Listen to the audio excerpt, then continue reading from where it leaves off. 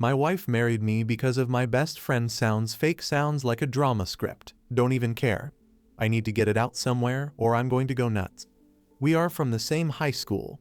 Apparently, my wife had a huge crush on my best friend since junior high, and my best friend knew about this. Back to my story, it's been 10 years since we got married, and she still loves him. That makes it 10 years of one-sided love from her to him, and 12 years of my one-sided love to her. She only got close to me and dated me so she could be in touch with my best friend. She wanted to be a part of his life no matter what, so she chose me as a scapegoat. And here I thought she loved me. How did I find this out? She told me 3 weeks ago. Why did she tell me? Because I decided we were ready for a child and brought up the discussion over dinner. She told me she could make love with me, she could marry me, and even act like she loved me, and obviously did a pretty damn good job at it. But she can't bear to give birth to a child that is mine and not his. She can't give birth to a child who looks like me and not him. So she can't have my child. Then she left me that day. She didn't even say sorry, not that it will make it any better, but she did say she did her best. That's the end of the story. I have no more to tell.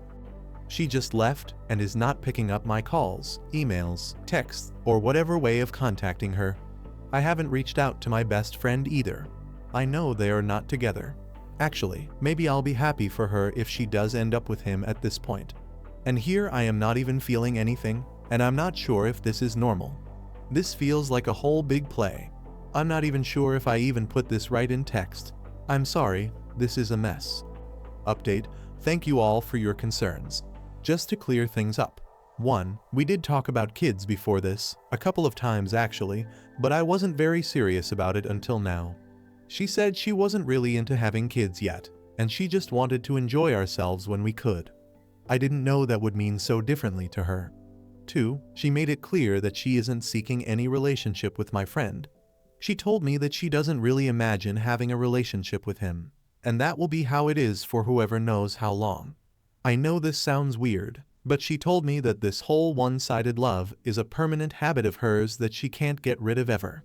I don't know if she sought therapy for this because I was out of my mind at the time to even ask about some of the questions I have and want her to answer.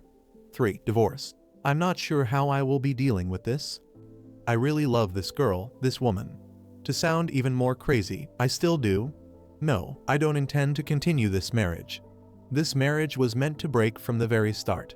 Now that I think about it, I'm just really tired at the moment to even seek an attorney, psychiatrist, or therapist. I know I am also weird, but I want to talk to her first before doing things legally.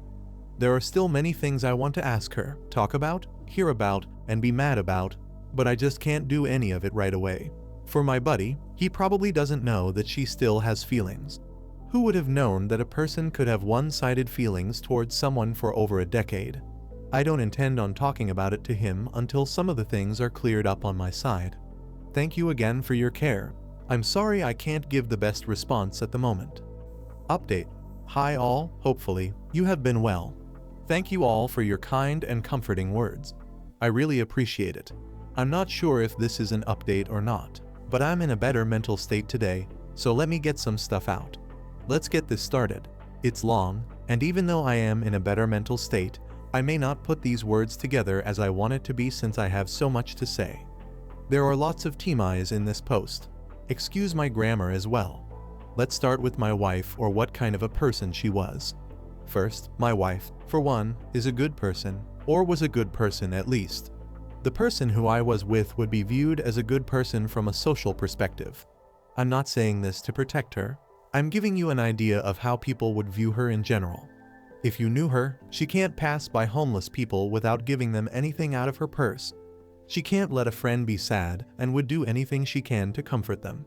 She is full of emotions, empathy, sympathy, love, etc. She volunteers every weekend for seniors and homeless people. Many more can be listed, but you get my point. She was pretty attractive too. That's why I fell in love with her. She was a charming, smart, and kind person, a dream girl.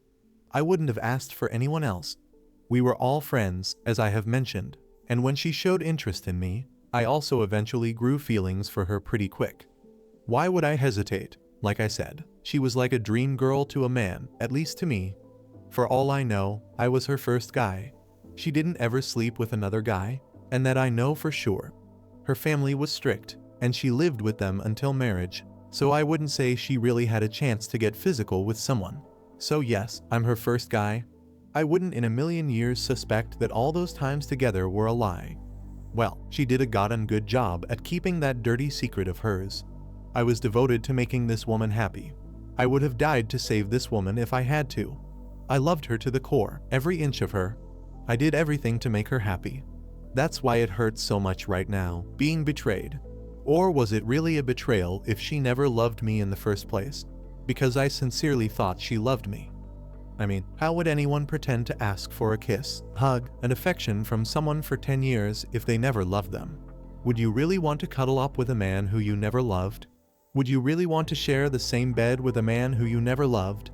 Would you really want to hold someone's hand you never really loved? Would you really want to legally be married to a man who you never loved? Can you really look into their eyes and say you love them with someone you never loved for real for over a decade? Really, can someone be this good at acting?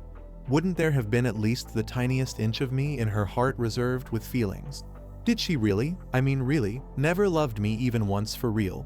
Not even once. Yes, I am probably in denial, and I probably will be for a long time because apparently, you can do all those without actually loving them, which I still can't believe. Now the update with my current situation. I got up with my buddy last night and asked him what's new, drank a bit, and finally, I brought this conversation up. It wasn't easy to bring it up. I mean, to put it in literal text, my wife married me because she loved you. He was shocked, of course, probably just as much as I was. He didn't know what to say for a long time. It seems like she never contacted him even after she left. To my surprise, other than our small dinner gatherings together that happen sometimes, she never really contacted him personally. To be honest, she didn't really join those dinner gatherings much either. I asked him, did my wife ever say that she had feelings for you?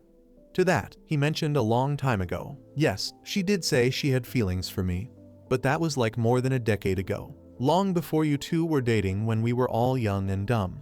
We talked for a long time about a lot of things, mostly about our past, our school years, college years, life, everything.